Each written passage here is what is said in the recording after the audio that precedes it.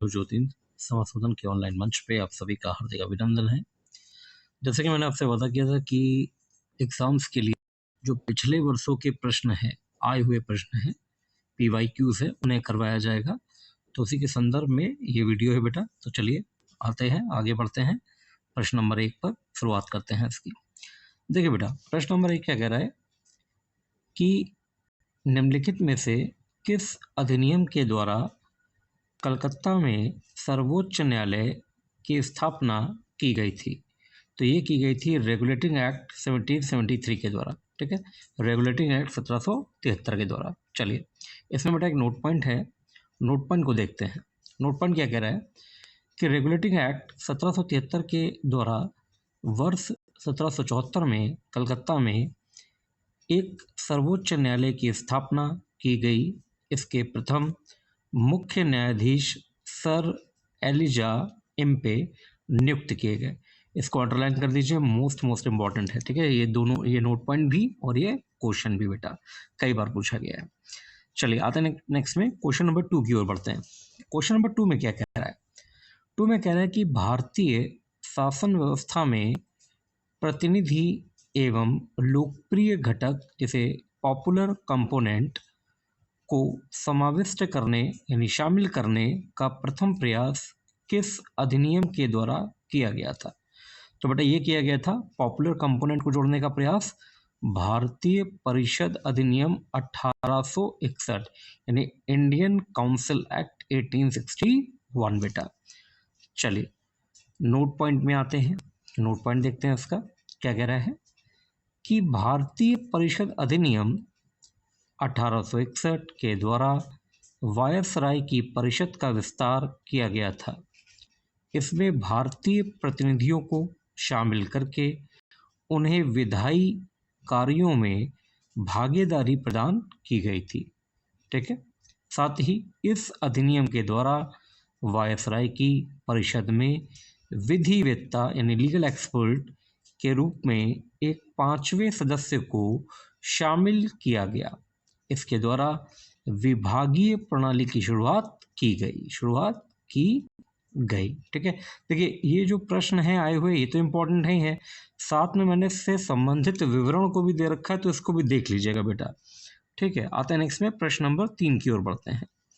प्रश्न नंबर 3 क्या कह रहा है कि निम्नलिखित में से किस अधिनियम के अंतर्गत भारतीय विधान परिषद को बजट पर चर्चा करने की शक्ति प्राप्त हुई थी?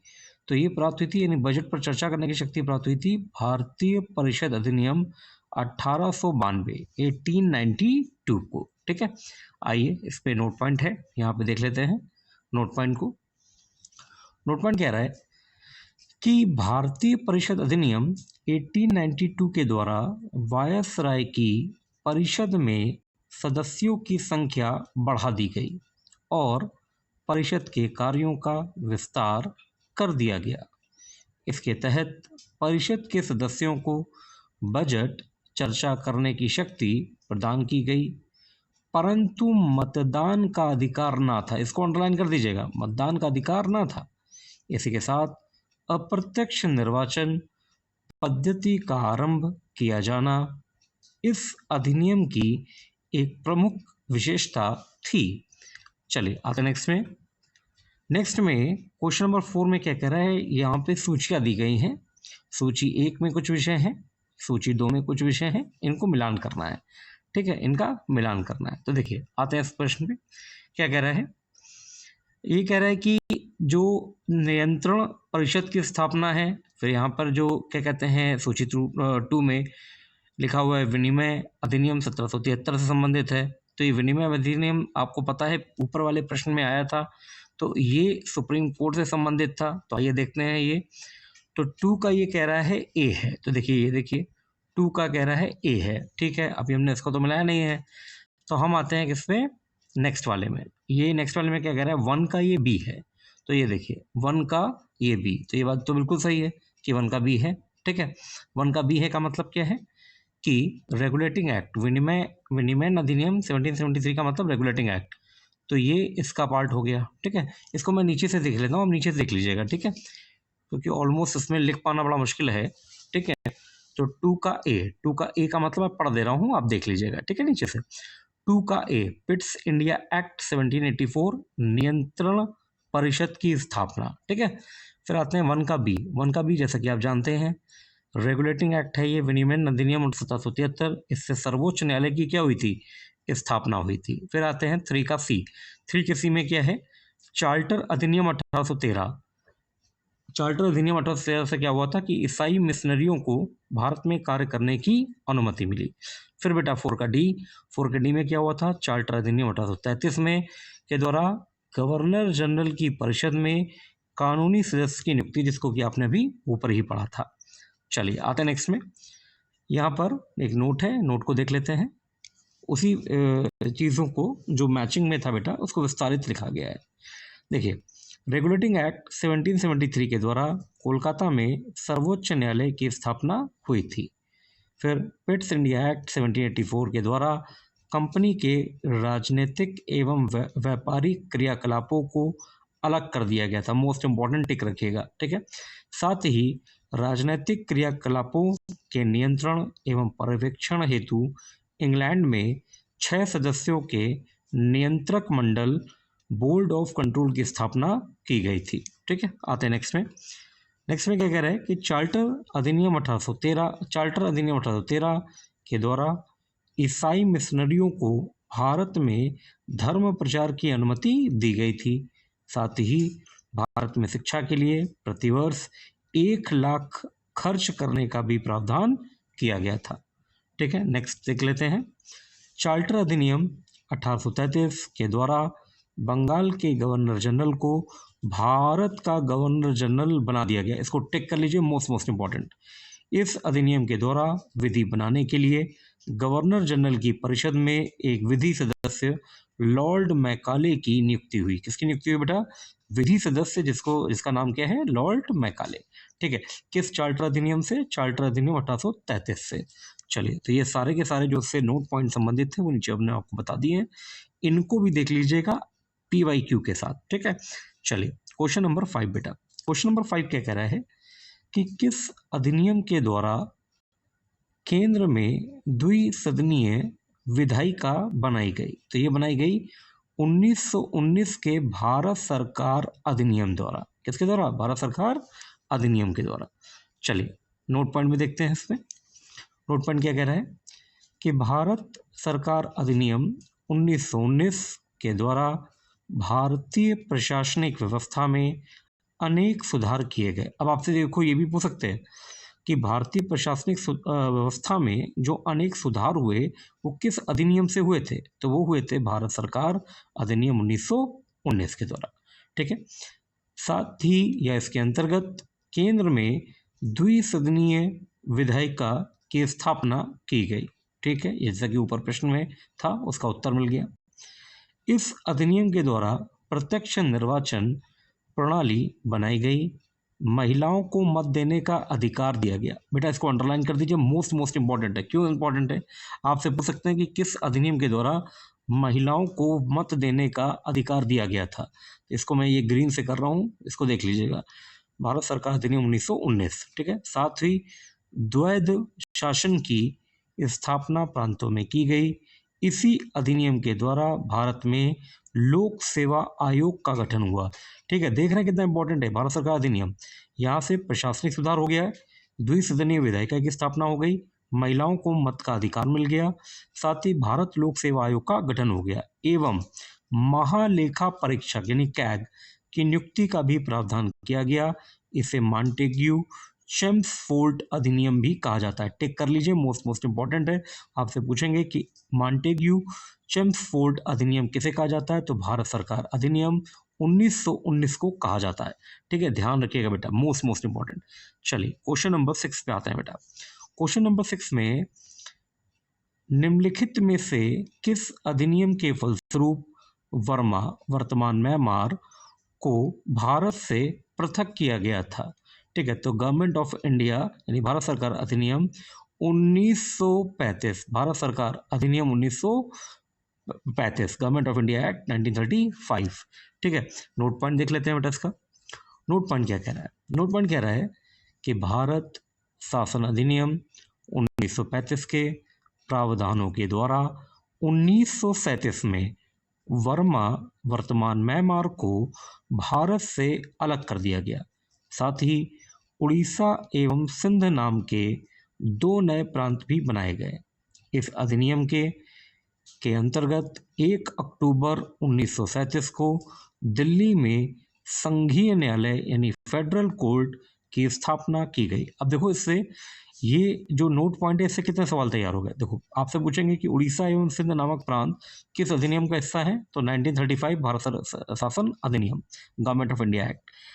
वर्तमान म्यांमार जो है, जिसको पहले हम वर्मा के नाम से जानते थे, कब हुआ है अलग? 1937 में। एक्ट कौन सा है? Government of India act.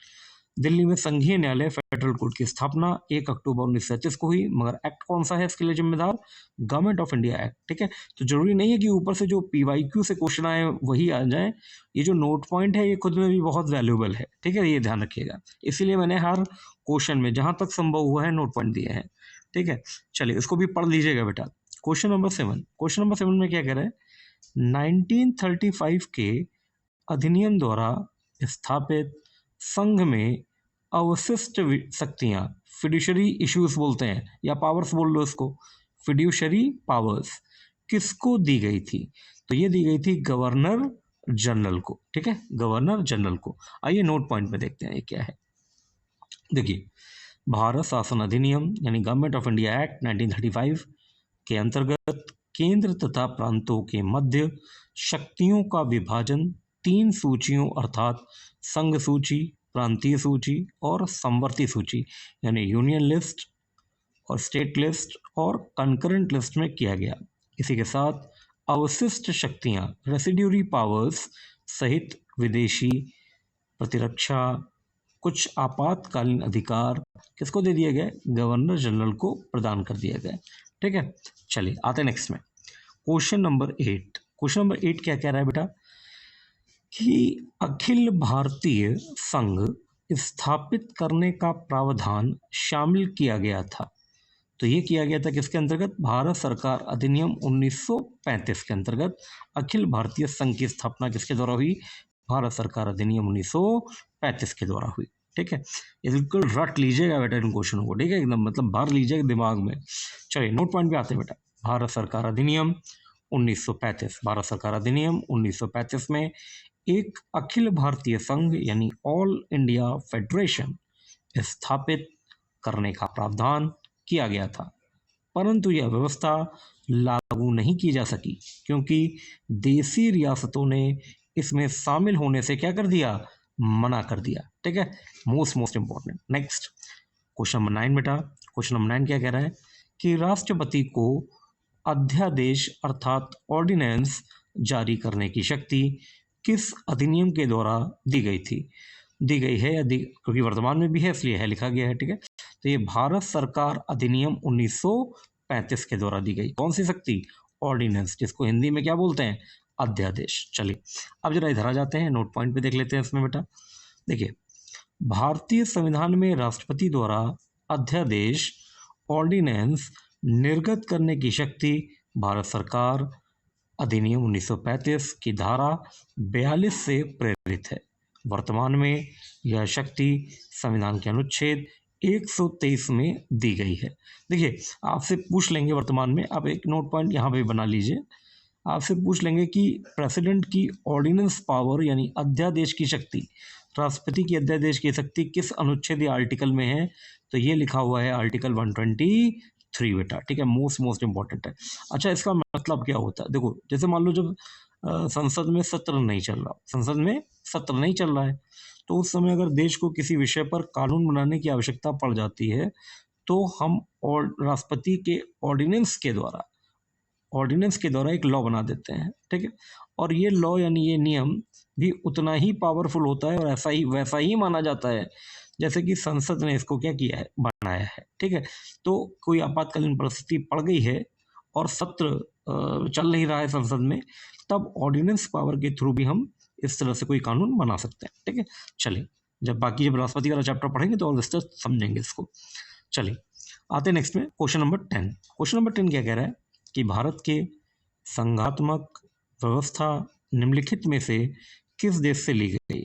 ठीक है, देखो स्रोत जरूर पूछे जाते हैं कि भाई अपना जो संविधान है उसके स्रोत कई हैं ना, कोई चीज़ हमें कहीं से बेटर लगी तो हमने वहाँ से उठा के रख ली, तो पेपर में वो क्वेश्चन आते हैं स्रोत के आधार पर, ठीक है, पूछे जाते हैं। तो इसमें क्या पूछा है कि भारत में फेडरलिज्म संघात्मक सिस्टम या व्यवस्था निम्नलिखित में से किस देश से ली गई? तो ये है कनाडा से। कहाँ से लिया आपने? कनाडा से। टिक कर दीजिए, मोस्ट इंपॉर्टेंट। चलिए नेक्स्ट में क्वेश्चन नंबर 11। क्वेश्चन नंबर 11 आपके सामने है कि निम्नलिखित के भारतीय संविधान में स्रोत क्या है? तो देखिए सूची 1 है, सूची 2 है, मिलान है, मैंने पहले ही मिला के आपको रख दिया है ताकि असुविधा ना हो।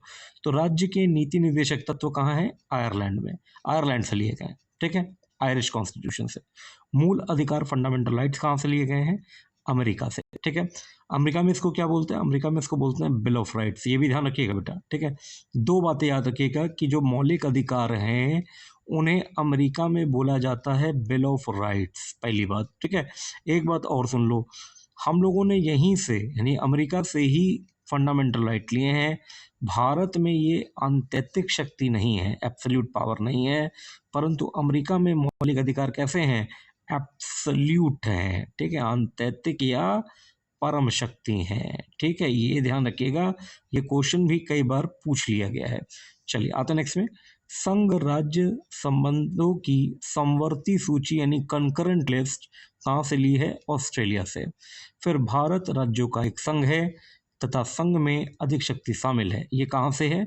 तो ये कनाडा से, आपने ऊपर ही पढ़ा था, ठीक है, यहाँ पर भी ये दोबारा मिल गया है। चलिए आते नेक्स्ट में क्वेश्चन नंबर 12 की ओर बढ़ते हैं। क्वेश्चन नंबर 12 क्या कह रहा है कि भारतीय संसदीय प्रणाली ब्रिटिश संसदीय प्रणाली से इस विषय में भिन्न है कि भारत में क्या होता है? न्यायिक पुनर्विलोकन, जुडिशियल रिव्यू की अवधारणा है, ठीक है, इससे अलग है, वहां नहीं है, यहाँ है।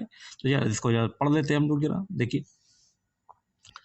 ब्रिटिश संसदीय प्रणाली में संसद सर्वोच्च तथा प्रभुत्व संपन्न होती है, पर कोई लिखित संविधान, रिटन कॉन्स्टिट्यूशन नहीं है, और न्यायपालिका को विधायिका द्वारा निर्मित किसी कानून का न्यायिक पुनर्विलोकन, जुडिशियल रिव्यू या न्यायिक समीक्षा भी बोलते हैं, करने का कोई अधिकार नहीं है। भारत के संविधान में न्यायिक पुनर्विलोकन, जिसे न्यायिक समीक्षा भी कहते हैं, प्रत्यक्ष नहीं है, बल्कि अप्रत्यक्ष रूप से अनुच्छेद 13 में निहित है। इसके अंतर्गत कार्यपालिका के किसी आदेश या विधायिका के किसी कानून पर न्यायालय द्वारा पुनर्विचार करना और असंवैधानिक पाए जाने पर उसे रद्द कर देने का अधिकार है। भारतीय संविधान में न्यायिक पुनर्विलोकन की संकल्पना अमेरिका के संविधान से ली गई। देखिए एक नया क्वेश्चन ये भी बन गया, नोट पॉइंट से एक नया क्वेश्चन क्या बन गया? ये भी बन गया, इसको अंडरलाइन कर दीजिए, ये कि भारतीय संविधान में न्यायिक पुनर्विलोकन की संकल्पना कहाँ से ली गई है? यूएसए यानी अमेरिका से ली गई है, ठीक है, ध्यान रखिएगा। चलिए क्वेश्चन नंबर 13 पे आइए। क्वेश्चन नंबर 13 क्या कह रहा है कि भारतीय संविधान में मौलिक अधिकारों का विचार किस देश से लिया गया? तो अभी हम लोगों ने मैचिंग के क्वेश्चन में पढ़ा था, कहाँ से लिया गया? अमेरिका से। और अमेरिका में इसको क्या बोलते हैं बेटा? बिल ऑफ राइट्स बोलते हैं। किसको? फंडामेंटल राइट्स को बिल ऑफ राइट्स बोलते हैं, ठीक है। और एक बात और क्या अंतर बताया था कि अमेरिका से लिया तो है, अमेरिका और यूएसए में दोनों जगह फंडामेंटल राइट है, तो अंतर क्या है? यूएसए में ये एब्सोल्यूट राइट है, ठीक है, एब्सोल्यूट है, एब्सोल्यूट, परम शक्ति या आंतरिक, परंतु भारत में ये एब्सोल्यूट राइट नहीं है, ठीक है, ध्यान रखिएगा। चलिए क्वेश्चन नंबर बेटा 14 पे आते हैं हम लोग। 14 नंबर क्वेश्चन क्या कह रहा है? ये कह रहा है कि डॉक्टर भीमराव अंबेडकर का संविधान सभा में निर्वाचन हुआ था, ठीक है, तो कहाँ से हुआ था? ये बम्बई प्रेसिडेंसी से। कहाँ से? बम्बई प्रेसिडेंसी से हुआ था। चलिए नोट पॉइंट को पढ़ते हैं हम लोग बेटा। नोट पॉइंट क्या कह रहा है कि संविधान सभा के प्रारंभिक चुनाव 1946 में डॉक्टर भीमराव अंबेडकर का निर्वाचन अविभाजित भारत के बंगाल प्रांत के पूर्वी भाग से हुआ था। देश के विभाजन के पक्ष के समय यह क्षेत्र पाकिस्तान में चले जाने के कारण डॉक्टर भीमराव अंबेडकर बम्बई प्रेसिडेंसी के पुणे संसदीय क्षेत्र से उपचुनाव में निर्वाचित हुए थे। ठीक है, ये ध्यान रखिएगा, पुणे संसदीय क्षेत्र था। चलिए आते हैं नेक्स्ट में क्वेश्चन नंबर 15। क्वेश्चन नंबर 15 में क्या है कि डॉक्टर भीमराव अंबेडकर का जन्म और मृत्यु कब हुई थी? तो जन्म 1891 और मृत्यु 1956। ठीक है, ध्यान रखिएगा, दोनों डेट्स पूछ सकते हैं, पूछा है मतलब पूछ सकते क्या है, पूछाइए। नोट पॉइंट पे आइए। नोट पॉइंट क्या कह रहा है कि भारतीय संविधान के निर्माण में मुख्य भूमिका निभाने वाले डॉक्टर भीमराव अंबेडकर का जन्म 14 अप्रैल 1891 में महू मध्य प्रदेश में हुआ तथा इनकी मृत्यु 6 दिसंबर 1956 को दिल्ली में हुई। ठीक है, देखिए इन्होंने संविधान दिया तभी हमारे जो मौलिक अधिकार हमें मिलते हैं और उन अधिकारों को लेकर हम डायरेक्टली कहाँ कहाँ जा सकते हैं चैलेंज करने अगर कोई हनन हो रहा है। 32 में सुप्रीम कोर्ट और 226 में हाई कोर्ट। तो ये कॉन्सेप्ट कौन देके गए हैं? ये अम्बेडकर जी देके गए, समझ रहे हो। चलो आते हैं नेक्स्ट में क्वेश्चन नंबर 16। क्वेश्चन नंबर 16 क्या कह रहा है कि निम्नलिखित में से कौन अगस्त 1946 ईस्वी में गठित प्रथम अंतरिम सरकार का सदस्य नहीं था? तो भाई ये कौन नहीं थे? डॉक्टर एस राधाकृष्णन नहीं थे। ठीक है, नोट पॉइंट पे पढ़ लेते हैं बेटा। नोट पॉइंट क्या कह रहा है? कह रहा है कि कैबिनेट मिशन योजना के अंतर्गत अंतरिम सरकार का गठन 24 अगस्त 1946 में। देखो ये खुद ही एक क्वेश्चन बन गया कि कैबिनेट मिशन के अंतर्गत अंतरिम सरकार का गठन कब हुआ था? तो 24 अगस्त 1946 में किया गया था। अंतिम सरकार के सदस्यों में जवाहरलाल नेहरू, डॉक्टर राजेंद्र प्रसाद, सरदार वल्लभ भाई पटेल, सी राजगोपालाचारी तथा जगजीवन राम इत्यादि शामिल थे, परंतु इसमें डॉक्टर एस राधाकृष्णन अंतरिम सरकार के सदस्य नहीं थे, बल्कि वह स्वतंत्र भारत के पहले उपराष्ट्रपति चुने गए। ठीक है, उपराष्ट्रपति चुने गए। शिक्षा दिवस भी मनाते हैं इनके नाम से, है ना, शिक्षा दिवस भी मनाते हैं। चलिए क्वेश्चन नंबर 17 पे आइए। भारत की संविधान सभा का प्रथम अधिवेशन कब प्रारंभ हुआ था? तो ये हुआ था 9 दिसंबर 1946 को। कब हुआ था? 9 दिसंबर 1946 को। नोट पॉइंट पे आते हैं बेटा। नोट पॉइंट क्या कह रहा है? नोट पॉइंट कह रहा है कि भारतीय संविधान सभा की पहली बैठक 9 दिसंबर 1946 को हुई थी, जिसके अस्थायी अध्यक्ष सच्चिदानंद सिन्हा को बनाया गया था। संविधान सभा की पहली बैठक में मुस्लिम लीग शामिल नहीं हुई, अतः बैठक में 389 सदस्यों में से 211 सदस्यों ने ही भाग लिया। ठीक है, किसने भाग नहीं लिया? मुस्लिम लीग ने नहीं लिया। कितने टोटल सदस्य थे? 389। कितनों ने भाग लिया? 211। और 11 दिसंबर 1946 को संविधान सभा ने डॉक्टर राजेंद्र प्रसाद को निर्विरोध संविधान सभा का स्थायी अध्यक्ष निर्वाचित कर दिया। देखो, अस्थायी अध्यक्ष सच्चिदानंद सिन्हा, स्थायी अध्यक्ष डॉक्टर राजेंद्र प्रसाद, और वो भी निर्विरोध। ठीक है, चलिए आते हैं नेक्स्ट में क्वेश्चन नंबर 18 बेटा। क्वेश्चन नंबर 18 क्या कह रहा है कि संविधान सभा के समक्ष संविधान की प्रस्तावना किसने प्रस्तुत की थी? तो ये किसने प्रस्तुत की थी? जवाहरलाल नेहरू जी ने। ठीक है, जवाहरलाल नेहरू। चलिए आते हैं नेक्स्ट में। देखिए इसमें क्या बोला गया है, संविधान सभा की तीसरी बैठक 13 दिसंबर 1946 को, इस दिन जवाहरलाल नेहरू द्वारा संविधान सभा के समक्ष संविधान की प्रस्तावना या उद्देशिका का प्रस्ताव प्रस्तुत किया गया। इस उद्देश्य प्रस्ताव ऑब्जेक्टिव रेजोल्यूशन के प्रारूप में भारत के भावी प्रभुत्व संपन्न लोकतांत्रिक गणराज्य की रूपरेखा प्रस्तुत की गई थी। इस प्रस्ताव में एक संघीय राज्य व्यवस्था की परिकल्पना की गई थी, जिसमें सभी लोगों के लिए सामाजिक, आर्थिक, राजनैतिक न्याय आदि सुनिश्चित हो सके।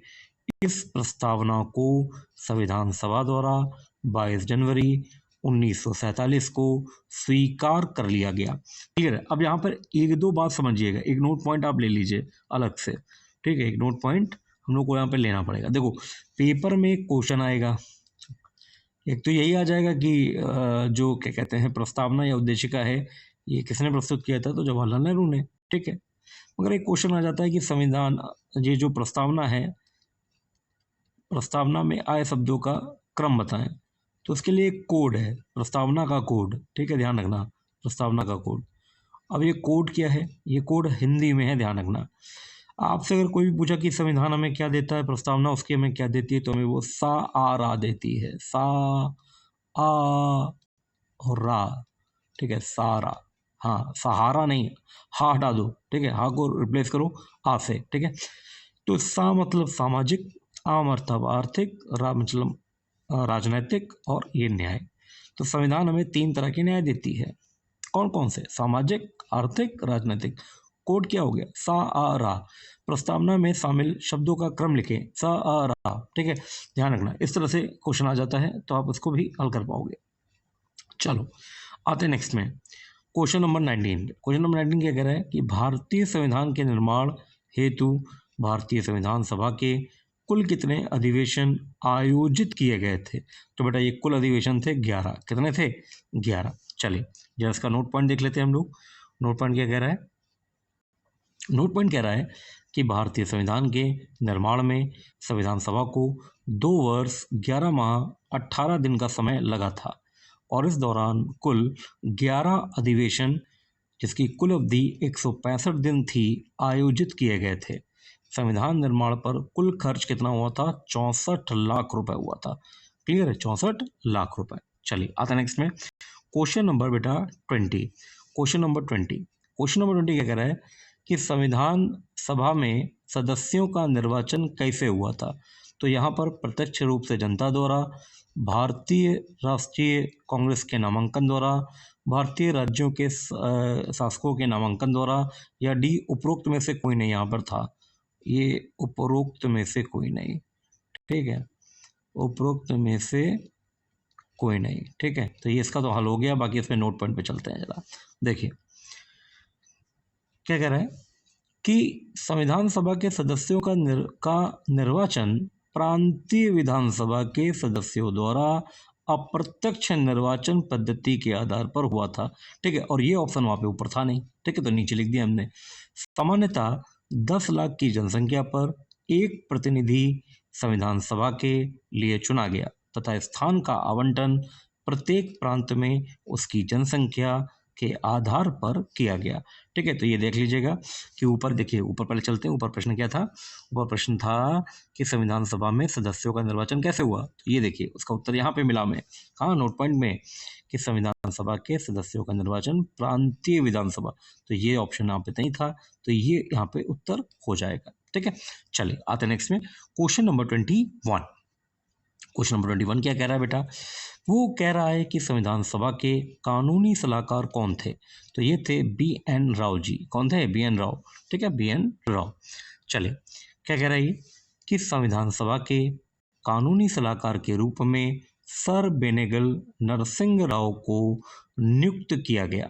बाद में इन्हें संयुक्त राष्ट्र सुरक्षा परिषद में वर्ष 1950 से 1952 तक भारत का प्रतिनिधित्व किया। ठीक है, next question number 22। Question number 22 को पढ़ते हैं भाई। भारतीय संविधान की प्रारूप समिति का गठन कब हुआ था? तो ये हुआ था 29 अगस्त 1947 को। ठीक है, चलिए नोट पॉइंट इसका पढ़ते हैं हम लोग। प्रारूप समिति के अध्यक्ष डॉक्टर भीमराव अंबेडकर जी थे। मोस्ट इंपॉर्टेंट, टेक कर लीजिएगा इसको। तथा इनके अतिरिक्त इस समिति में 6 अन्य सदस्य भी शामिल थे। ठीक है, तो प्रारूप समिति में कुल 7 लोग हो गए। अध्यक्ष कौन थे? डॉक्टर भीमराव अंबेडकर जी थे। ठीक है, अन्य 6 सदस्य कौन कौन थे ये देख लेते हैं, जो कि इस प्रकार है। तो पहला एन गोपाल स्वामी अयंगर, दूसरे के एम मुंशी, तीसरे अल्लादी कृष्ण स्वामी अय्यर, चौथे सैयद मोहम्मद सादुल्लाह, पांचवें B.L. मित्र, मगर इसमें एक ब्रैकेट है। ठीक है, एक नोट है, जिन्होंने स्वास्थ्य कारणों से त्यागपत्र दे दिया था, और उनकी जगह कौन आ गए थे? N. माधव रॉय ने। पद को संभाला। थे कौन? बी.एल. मित्र, मगर स्वास्थ्य के कारणों से इन्होंने त्यागपत्र दिया। तो कौन आ गए? एन माधव रॉय आ गए। फिर डी.पी. खेतान, फिर एक ब्रैकेट है, देखिए इसमें एक सूचना है, इनकी मृत्यु के पश्चात इनका पद टी.टी. कृष्णमचारी ने संभाला। ठीक है, तो ये ध्यान रखिएगा। चलिए आते हैं नेक्स्ट में क्वेश्चन नंबर 23 पे। क्वेश्चन नंबर 23 में क्या है? निम्नलिखित में से संघ संविधान समिति का अध्यक्ष कौन था? तो संघ संविधान समिति का अध्यक्ष थे डॉक्टर, क्षमा कीजिएगा, पंडित जवाहरलाल नेहरू। ठीक है, पंडित जवाहरलाल नेहरू। चलिए नोट नेक्स्ट में आते हैं। अच्छा, इसमें कोई नोट पढ़ नहीं है। क्वेश्चन नंबर 24 की ओर बढ़ते हैं। संविधान को 26 जनवरी के दिन लागू करने का निर्णय इसके लिए लिया गया क्योंकि कांग्रेस ने स्थिति को वर्ष 1930 में स्वतंत्रता दिवस के रूप में मनाया था। ठीक है, जिस कारण से हम 26 जनवरी को क्या करते हैं, इस संविधान को 26 जनवरी को हमने क्या किया? लॉन्च किया। ठीक है, चलिए आते हैं नेक्स्ट में। नेक्स्ट में नोट पॉइंट है, नोट पॉइंट को देख लेते हैं बेटा कि भारतीय राष्ट्रीय कांग्रेस के लाहौर अधिवेशन 31 दिसंबर 1929 में पूर्ण राज्य की घोषणा की गई तथा 26 जनवरी को प्रतिवर्ष स्वतंत्रता दिवस मनाए जाने का संकल्प लिया। इस अधिवेशन की अध्यक्षता पंडित जवाहरलाल नेहरू ने की थी। क्लियर है मामला? चलिए अब आते हैं नेक्स्ट में। कुछ विशेष तथ्य थे जो लाइनर की तरह ही हैं, तो इनको जरा फटाफट देख लेते हैं बेटा। ठीक है, इनको भी आप देख लीजिएगा तभी एग्जाम में देने जाइएगा। संविधान सभा के प्रथम उपाध्यक्ष H.C. मुखर्जी। दूसरा, प्रारूप समिति के मूलतः एकमात्र कांग्रेसी सदस्य के.एम. मुंशी।